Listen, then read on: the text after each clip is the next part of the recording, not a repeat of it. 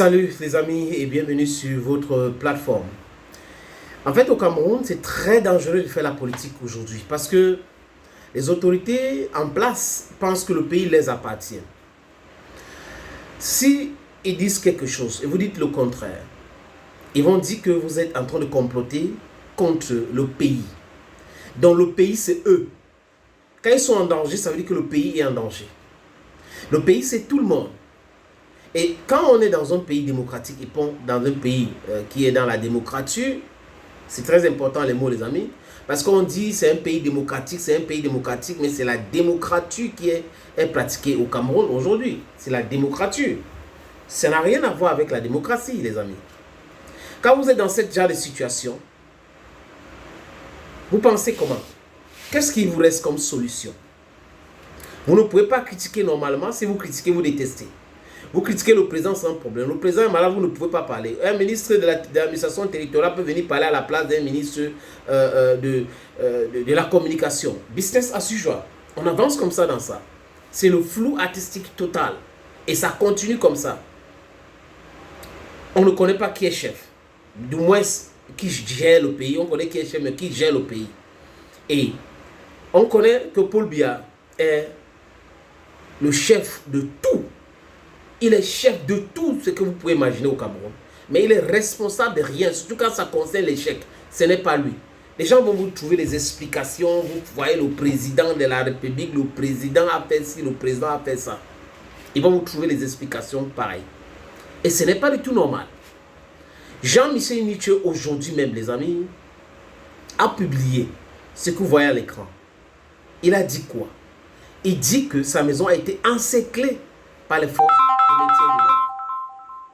Sa maison encerclée par les forces de maintien et de l'ordre.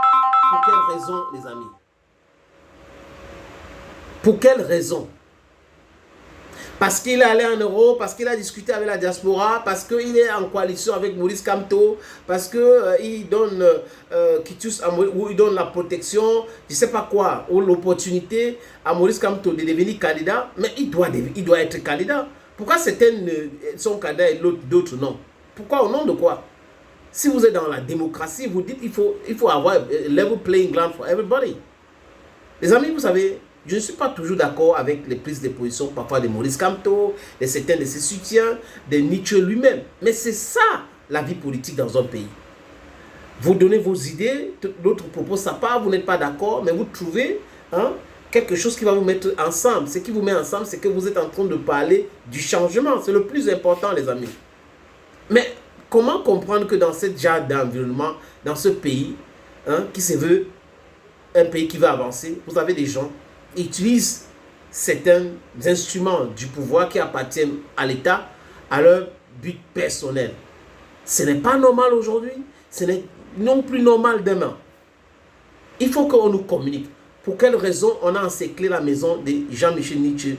C'est par rapport à ses opinions? C'est parce qu'il avait une manifestation organisée? C'est parce que on a le droit de poser toutes ces questions-là. Tant qu'on n'aura pas la réponse aux différentes questions, c'est le méta qui gagne. Et dans le méta, c'est flou. Et quand c'est flou, on condamne. Les gens ont le droit, comme je l'ai dit encore, de dire ce qu'ils veulent, de penser ce qu'ils veulent. Mais vous ne pouvez pas obliger les gens d'avoir la pensée rdpciste, d'avoir la pensée herméciste, FCCiste. C'est pas possible. Ce n'est pas possible et ce n'est pas du tout normal. Pour quelle raison la maison d'Abel Zonga, Jean-Michel Nietzsche a été encerclée? Je pose encore la question et ceux qui ont la bonne réponse, ils peuvent en commentaire nous expliquer. Thank you friends and bye bye.